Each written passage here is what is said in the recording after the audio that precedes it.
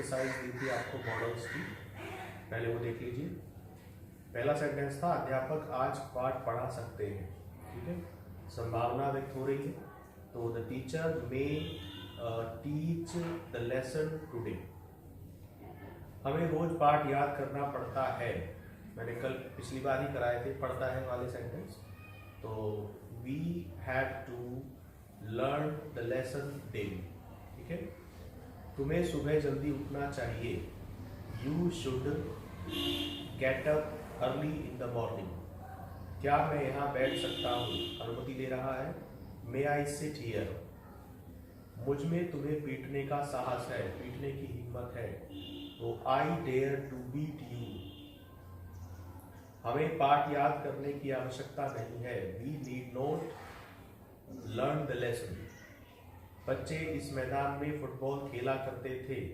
तो देखिए इस सेंटेंस में आदत है भूतकाल की, तो आप यूज टू भी लगा सकते हैं और वुड भी लगा सकते हैं।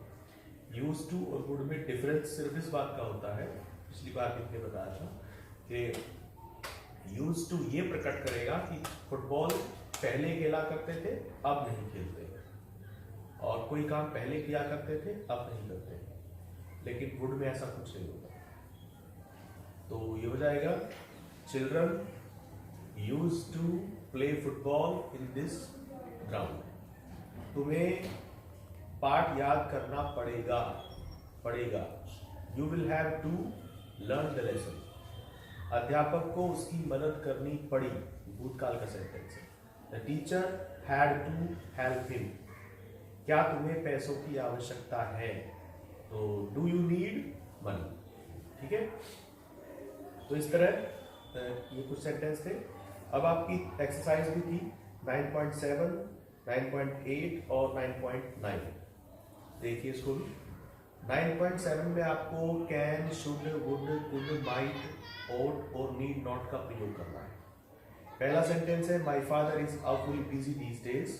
मेरे पिता जो है आजकल बहुत बिजी हैं, बट लेकिन फिर भी क्या होगा, फिर भी वो अब देखिए ऊपर से can, should, would, could, might, ought, need not इस तरह के आपको भरने हैं।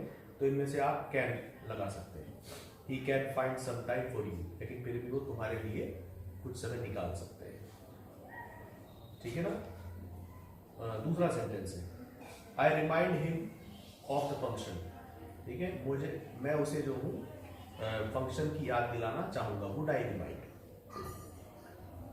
वुड आई रिमाइंड भी कर सकते हैं, मैं उसको फंक्शन की याद दिला दूंगा, ठीक है। या जो है इसमें आप लगा सकते हैं और नीडंट भी आ सकता है, क्या मुझे उसे फंक्शन की याद दिलाने की आवश्यकता नहीं है, ऐसे भी कनेक्ट कर सकते हैं। Needn't I remind him of the function. Would you mind, जो ये माइंड का सेंटेंस आएगा इसमें आप वुड का ही प्रयोग करेंगे। जब भी आप किसी को कुछ इस तरह से कहते हैं कि भाई क्या तुम ऐसा करना चाहोगे, क्या तुम ऐसा करना पसंद करोगे। माइंड भी ऐसी चीज होती है, माइंड मतलब विचार करना, किसी चीज पर आप अपना विचार रखना। तो वुड यू माइंड, क्या तुम माइंड करोगे। Distributing question paper two the students, क्या तुम स्टूडेंट्स को क्वेश्चन पेपर डिस्ट्रीब्यूट करना चाहोगे, तो would you mind. The sky is clouded, आसमान में बादल है, और इट रेन आ रहा है आफ्टर फ्यू आवर्स, मतलब ये बहुत अधिक संभावना वाली बात है। तो बहुत अधिक संभावना में आप ought to का प्रयोग भी कर सकते हैं। It ought to rain after few hours, कुछ घंटे बाद जो है वो बारिश होनी चाहिए। जब बहुत अधिक संभावना है वहां भी ought to का प्रयोग कर देते हैं। डिड ही नॉट प्रॉमिस, क्या उसने वादा नहीं किया, दैट ही यहां आ जाएगा कि वह उसकी मदद करेगा, तो ही वुड हेल्प हिम। जब भूतकाल का वाक्य पास्ट टेंस का वाक्य होता है पीछे वाला, यानी कि जो प्रिंसिपल क्लॉज है डिड ही नॉट प्रॉमिस, तो आगे भी सेंटेंस पास्ट में रहेगा। और अब यहाँ पर निकल रहा है कि भाई क्योंकि वादा कर रहा है तो वादा तो आगे का ही कोई काम करेगा ना। तो विल का अर्थ बैठ रहा है, लेकिन विल का भूतकाल वुड करना पड़ेगा, ठीक है। छठा सेंटेंस है you switch the light of, तुम्हें लाइट ऑफ करनी, क्या तुम्हें लाइट ऑफ करने की आवश्यकता है, क्या तुम लाइट ऑफ करोगे। तो वुड यू स्विच भी हो सकता है, ठीक है। कैन यू स्विच भी हो सकता है, क्या तुम लाइट ऑफ कर सकते हो। I am quite well now, मैं बहुत अच्छी तरह हूँ, अच्छी प्रकार से हूँ। So I need not go to hospital, तो भाई वो अच्छी प्रकार से है तो उससे हॉस्पिटल की आवश्यकता नहीं है, नीड नॉट आ जाएगा, ठीक है। 8वां सेंटेंस फिर वही रिमाइंड वाला ही आ गया है, तो इसमें आप फिर वही उसी प्रकार से need not, I remind you of the Ganga fair, मुझे आवश्यकता नहीं है आपको याद दिलाऊं, गंगा मेला चल रहा है, नीड नॉट लगा सकते हैं, डिडंट। और 9वां वुड यू माइंड, वही जैसे पहले बताया था। और तुम्हें you ought to do your duty sincerely, तुम्हें गंभीरता से अपनी ड्यूटी जो है करनी चाहिए। इस प्रकार 9.7 कंप्लीट हो गया है। 9.8 में भी आपको इसी प्रकार use to, ought to, must not और नीड नॉट किया जो है फिलअप करना है। Last year Rajni use to go for a walk daily, पिछले साल रजनी जो है वो रोज वॉक पर जाया करती थी, but now see does not, लेकिन अब वो नहीं जाती। देखिए यूज टू आए, इस वाक्य में साफ प्रकट कर दिया है कि अब वो नहीं जाती है, पहले जाया करती है, ऐसे वाक्य में यूज टू आता है।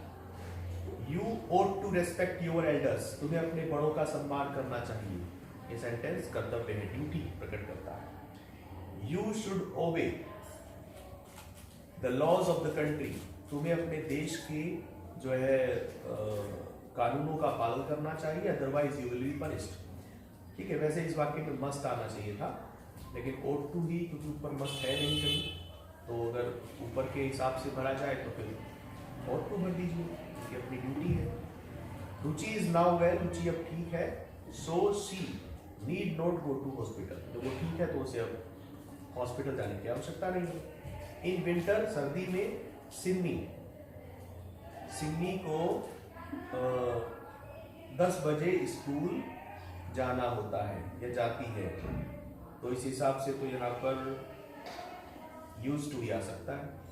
सिन्नी जो है 10 बजे स्कूल जाया करती थी। Harish use to play football in 1999 but now he doesn't, use to का सेंटेंस है। My elder sister use to tell me stories at night, मुझे रात को कहानियां सुनाया करती थी। ही, अब वो चेस जो है खेला करता है, नहीं खेला करता है, अगर ऐसे लेंगे तो अब उसमें नोट तो आ नहीं रहा है, अब उसे चेस खेलने की आवश्यकता नहीं है, नीड नोट भी लगा सकते हैं, हालांकि सेंस सही नहीं जा रही है। और यूज टू इसमें अगर लगाएंगे तो फिर ये इस तरह हो जाएगा कि अब वो चेस नहीं खेला करता था, अभी कुछ सेंटेंस सही नहीं जा रहा है, ठीक है। तो नीड नोट ही लगा दीजिए। We use to go to Ooty during the summer, हम समर के दौरान ऊटी जाया करते थे, बट नाउ वी डोंट, लेकिन अब नहीं जाते। Her hair use to be black, काले हुआ करते थे, लेकिन इट इज ग्रे नाउ, अब काले नहीं है, अब सफेद है। 9.10 में आपको सेंटेंस के आगे ही 3 ब्रैकेट में दी हुई है हेल्पिंग वर्ब्स, मॉडल वर्ब्स, उनमें से भरनी है। Mister John is very kind, mister John बहुत दयालु है। ही, अब देखिए इसमें आपको विल, कैन और शैल में से भरना है। तो देखिए जो पहला सेंटेंस दे रहा है कि बहुत दयालु है, तो वो आपकी मदद अवश्य करेंगे, अवश्य का अर्थ निकलेगा, और अवश्य के लिए आप जानते हैं अगर विल आना है तो शैल आ जाता है, शैल आना है तो विल आ जाता है, तो यहाँ शैल आना है, विल आना है, ही के साथ तो विल आया करता है, लेकिन शैल लगेगा। ही प्रॉमिस्ड, उन्होंने वादा किया, दैट ही वुड कम, कि वो आएंगे, विल का पास्ट फॉर्म वुड आएगा, क्योंकि पिछला वाक्य भी पास्ट में है, प्रॉमिस्ड। स्टूडेंट्स, छात्रों को मस्ट लगा दीजिए, must abide by the rules of the college, college के नियमों का पालन करना चाहिए, तो मस्ट लगाना पड़ेगा, जरूर पालन करना चाहिए। You ought to be sorry, इसमें टू आ रहा है इसलिए कैन और शैल तो आ ही नहीं सकते, ओट ही आएगा। 5वां, her son speak English when he was only 6 year old, कि जब वो 6 साल का था तो उनका बेटा जो है इंग्लिश बोल सकता था, कुड का प्रयोग कर दीजिए। 6, देखिए इसमें एक्सक्लेमेटरी मार्क आ रहा है बाद में, तो मे आएगा, मे ही लिव लॉन्ग, शुभकामना वाला वाक्य, may he live long. Mother said, माँ ने कहा, दैट की वी वुड गो, वी, देखिए पीछे सैड आया हुआ है, भूतकाल में सेंटेंस है, तो इसका मतलब माइट और कुड, तो माइट आ सकता है, वी माइट गो, कि हम जा सकते हैं, संभावना प्रकट कर दीजिए। आठवां सेंटेंस है, कुड यू हियर, क्या तुम, कैन यू हियर, क्योंकि वाक्य प्रेजेंट में ऐसा, कैन यू हियर, क्या तुम सुन सकते हो, जो टीचर कह रहे हैं। I will wait a week, मैं एक हफ्ता वेट करूंगा, सो दैट, ताकि ही, ताकि का सेंटेंस आ गया है, मैंने आपको बताया होगा, और नहीं बताया तो यहाँ थोड़ा ध्यान रखिए, ताकि, सो दैट, अगर सो दैट आता है तो आगे जो सेंटेंस बनता है वो मे या माइट के साथ बना जाता है। अगर प्रेजेंट का है तो मे से बनाइए, पास्ट का है तो माइट से बनाइए। इसी तरह लेस्ट होता है, लेस्ट, कहीं ऐसा ना हो, लेस्ट के साथ भी आपको अगला वाक्य शुड के साथ बनाना है। यहाँ तो चूंकि सो दैट आया हुआ है और पीछे वाक्य प्रेजेंट भी चल रहा है तो मे लगा। Can you stand on your head, क्या तुम अपने सिर के बल खड़े हो सकते हो, ठीक है, आई कैन डू, मैं ऐसा कर सकता हूँ, क्षमता है, काम करने की क्षमता के लिए कैन आता है। 11वां भी कैन यू टाइप, ये भी क्षमता है, योग्यता है, क्या तुम टाइप कर सकते हो।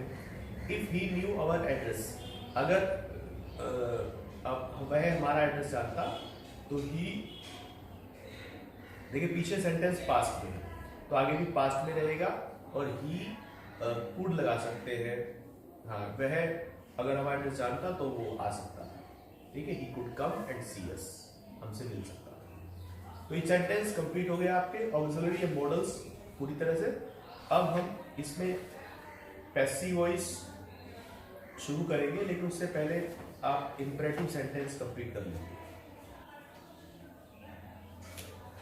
एक तो ये आप 22वां जो चैप्टर है, chapter number 22, use of some verbs, इसमें मॉडल्स ही प्रयोग हो रही है ज्यादातर, तो मॉडल्स चूंकि मैं आपको पढ़ा चुका हूं, इसमें एक लेट का यूज बस है जो आपको मुझे पढ़ाना है। लेट कहाँ लगता है, लेट लगता है कोई काम करने दो, मुझे पढ़ने दो, उसे जाने दो। टेंस में भी वाक्य आ जाते हैं, मैंने उसे जाने दिया, तुमने उसे पढ़ने दिया, वह मुझे खेलने देता है, वह मुझे खेलने दे रहा है। तो इस तरह से लेट के वाक्य आते हैं, कोई काम करने दो, या फिर कोई काम करे, जैसे बोलते हैं कि आओ चले, आओ खाना खाएं, आओ खेले, ये सेंटेंस भी लेट के ही होते हैं। इसके छोटा सा रूल होता है, लेट प्लस इनडायरेक्ट ऑब्जेक्ट, यानी कि सजीव वाला जो कर्म होता है, जिसको आप काम करने दे रहे हैं, जिसको काम करने देने की बात की जा रही है, वो आएगा। मान लो मैं कहूँ कि मुझे सोने दो, तो लेट, लेट के बाद मी, मुझे। बच्चों को खेलने दो, तो लेट, लेट के बाद बच्चे, किसको खेलने दे रहे हैं हम, बच्चों को, तो लेट, लेट के बाद इनडायरेक्ट ऑब्जेक्ट, उसके बाद नोट है तो नोट लगा सकते हैं, उसके बाद मेन वर्ब की फर्स्ट फॉर्म, और मेन वर्ब की फर्स्ट फॉर्म के बाद ऑब्जेक्ट उसका जो भी आगे वाक्य में है। जैसे मैं कहूँ मुझे सोने दो, तो लेट मी स्लीप, उसे खाना खाने दो, let him eat the food, बच्चों को खेलने दो, लेट चिल्ड्रन प्ले, ठीक है, उसे बाहर मत जाने दो, let him note go out. आप ये नोट यहां भी लगा सकते हैं, और इंपैरेटिव सेंटेंस में जैसे शुरू में लगाते हैं टू नोट, वहां भी लगा सकते हैं। जब ये सेंटेंस किसी टेंस में आता है, जैसे मैं उसे सोने देता हूं, देता हूं, ता हूं, प्रेजेंट इंडेफिनिट टेंस, ये सेंटेंस अब एक टेंस के अंदर आ गया है। तो टेंस के अंदर आने का मतलब ये है कि लेट तक तो ये बनेगा टेंस के हिसाब से, मतलब पहले कर्ता लगाइए मैं, उसके बाद टेंस देखिए कौन सा है, भाई ये प्रेजेंट इंडेफिनिट टेंस का है, तो मैं उसे सोने देता हूं। सिंपल वाक्य है, नहीं तो उसमें कहीं आ नहीं रहा है, तो सिंपल प्रेजेंट में आपको पता है कि कर्ता के तुरंत बाद मेन वर्ब आती है, तो मेन वर्ब के स्थान पर आपको लेट का प्रयोग करना है। ये जो लेट होता है, इसको आप मेन वर्ब के स्थान पर प्रयोग करेंगे। और जो भी परिवर्तन आपको मेन वर्ब में करना होता है वो आप लेट में करेंगे। जैसे मेन वर्ब में आपको कभी कभी एस जोड़ना होता है तो आप लेट में जोड़िए, उसमें आपको कभी कभी सेकंड फॉर्म थर्ड फॉर्म लगानी होती है तो लेट की लगाइए। लेट की तीनों फॉर्म सेम होती है, लेट की first form, second form, third form तीनों लेट ही है। आईएनजी लगानी है तो लेट में लगाइए, लेटिंग डबल टी करना पड़ेगा। तो इस प्रकार जो भी आपको मेन वर्ब में परिवर्तन करने हैं वो लेट में करेंगे। तो देखिए टेंस में सेंटेंस आएगा, टेंस के अंदर तो कोई दिक्कत नहीं है, पहले कर्ता लगाइए, कर्ता के बाद उस टेंस की हेल्पिंग वर्ब अगर लगनी है तो उसके बाद मेन वर्ब के स्थान पर लेट का प्रयोग कर दीजिए और लेट के बाद लेट का नियम चलेगा। लेट के बाद लेट का नियम शुरू हो जाएगा, टेंस को छोड़ दीजिए आप। लेट के बाद इंडायरेक्ट ऑब्जेक्ट आता है, उसके बाद मेन वर्ब की फर्स्ट फॉर्म आती है, उसके बाद ऑब्जेक्ट जो भी है वो आ जाएगा। तो इस तरह से टेंस का वाक्य लेट में होता है। तो ये use of some verbs chapter number 22 और एक्सरसाइज है 59, इसको आप बनाएंगे क्योंकि ये मैं आपको करवा चुका हूं। इसके अलावा इसमें इंपरेटिव सेंटेंस जो है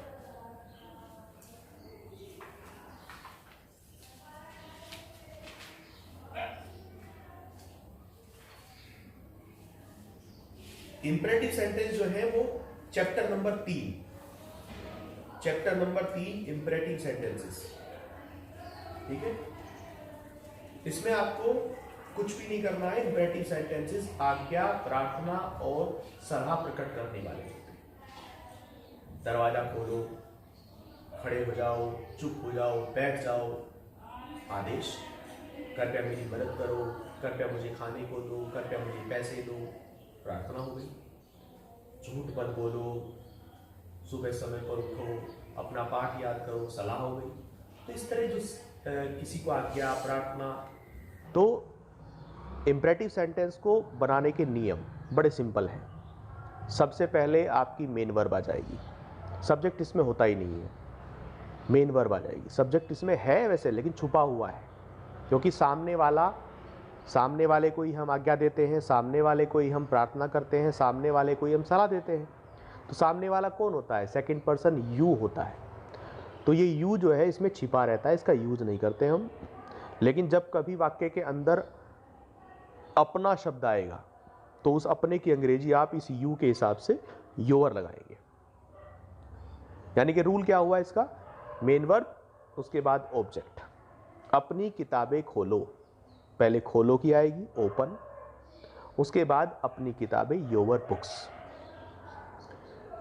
निगेटिव होगा तो do not plus helping main verb और उसके बाद ऑब्जेक्ट। झूठ मत बोलो तो डू नोट, उसके बाद बोलो की आएगी, स्पीक, टेल और उसके बाद लाई, टेल ए लाई।